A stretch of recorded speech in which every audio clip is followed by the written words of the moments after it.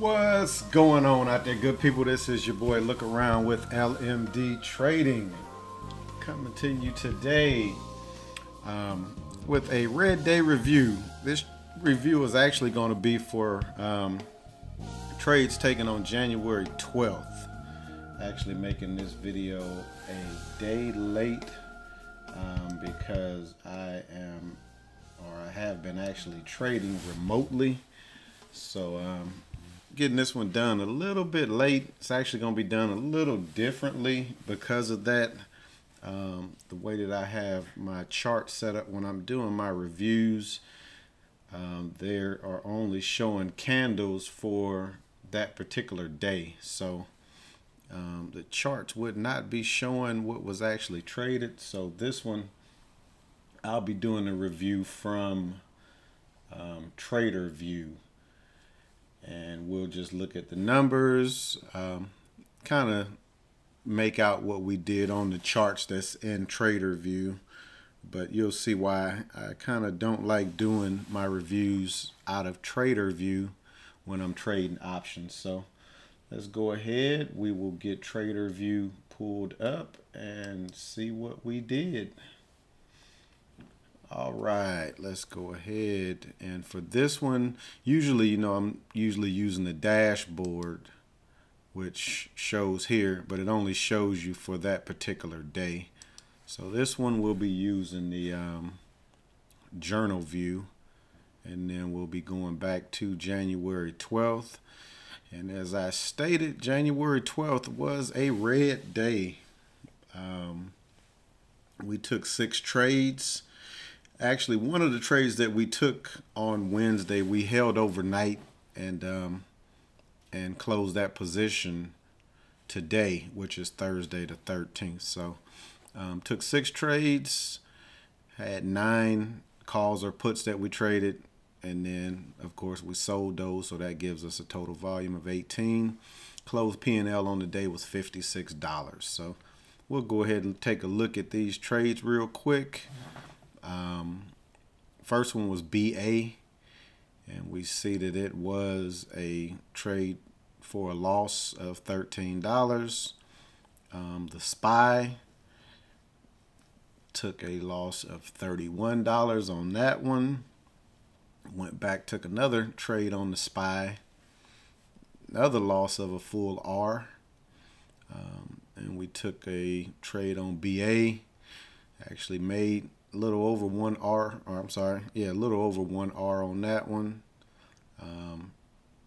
Got back in BA again for almost another full stop out.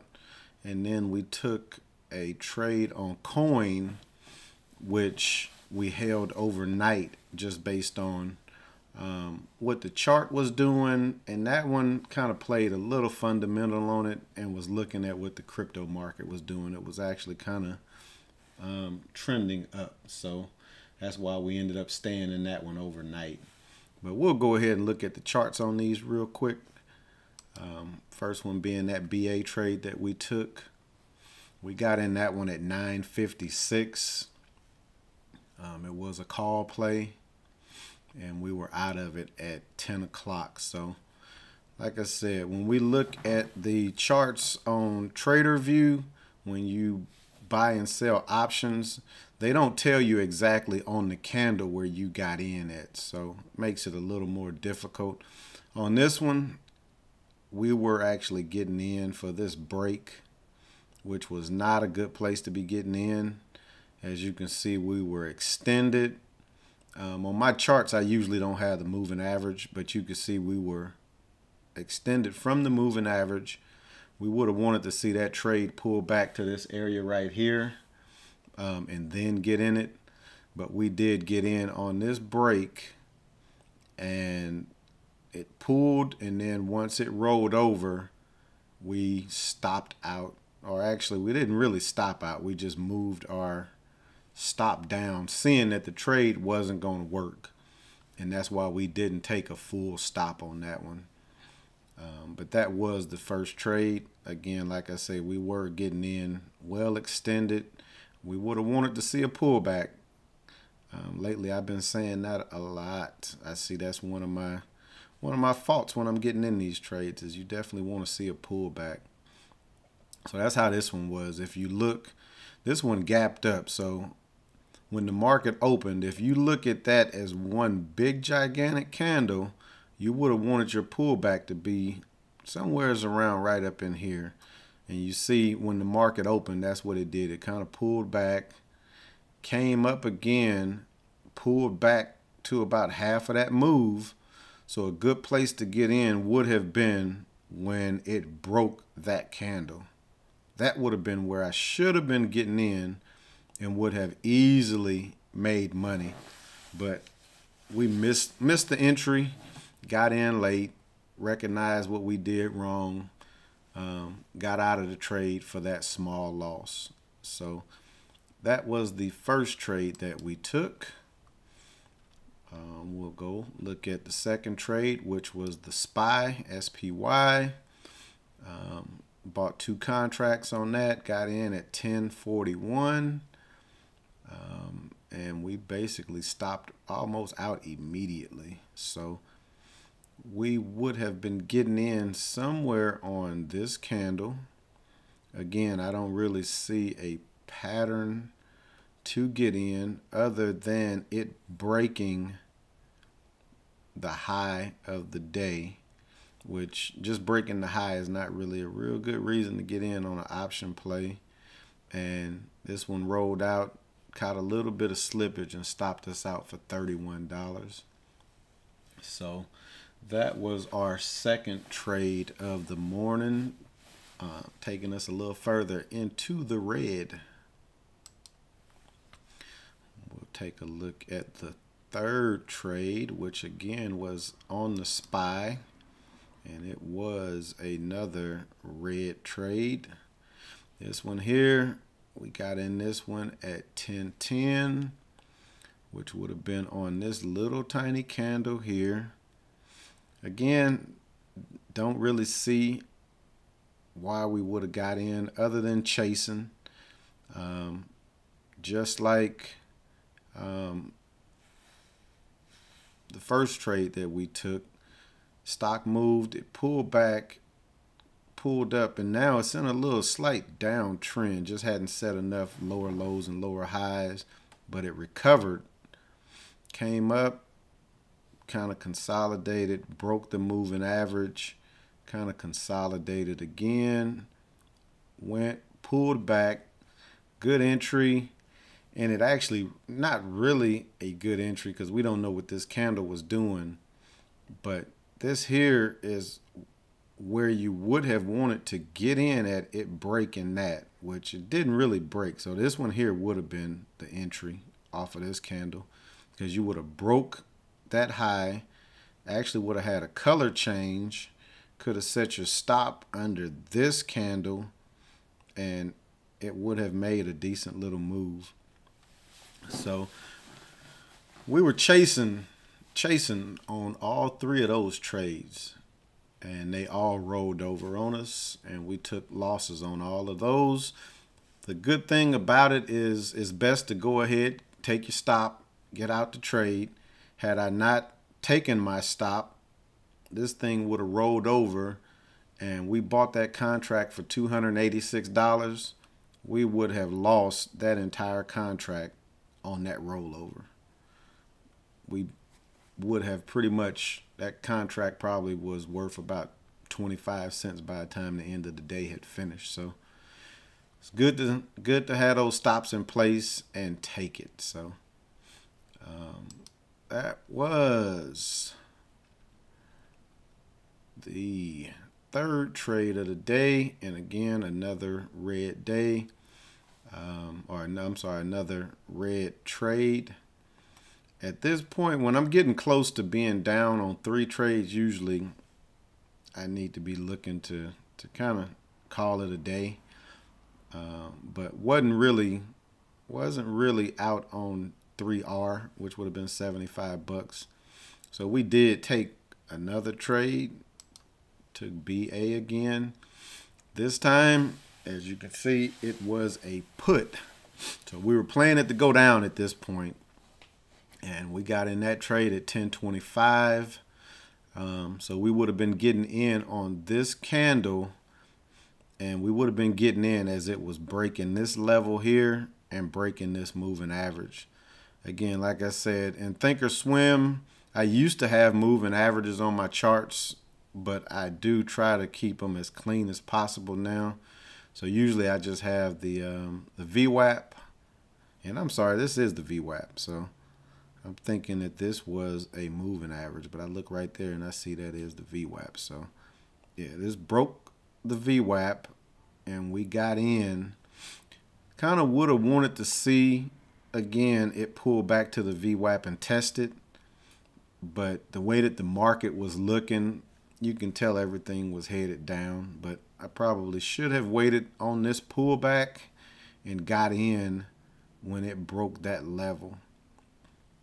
But got in here, and we ended up getting out on this candle here. And this chart doesn't show it, but I would have had a line going across right here, which is pretty much showing where this was going to hit resistance at. And we got out at resistance before this pullback. So that's why I didn't hit full target, but we did get out before it made the pullback. So just took a little bit off of being in the red. And then we took, actually we took 2 more trades, but this was the last trade that we got in and out of. Again, Boeing, puts again, got in this one at 11.15. So this is where we had got out of the previous one, waited on the pullback. Again, should have been getting in up here at the break of this pullback. So wasn't really watching the chart, missed that move. It pulled back again, came back, and no real reason to get in on that trade. That was a little short pullback, wouldn't even enter the trade here. And it turned and went against us, stopped us out for a $20 loss.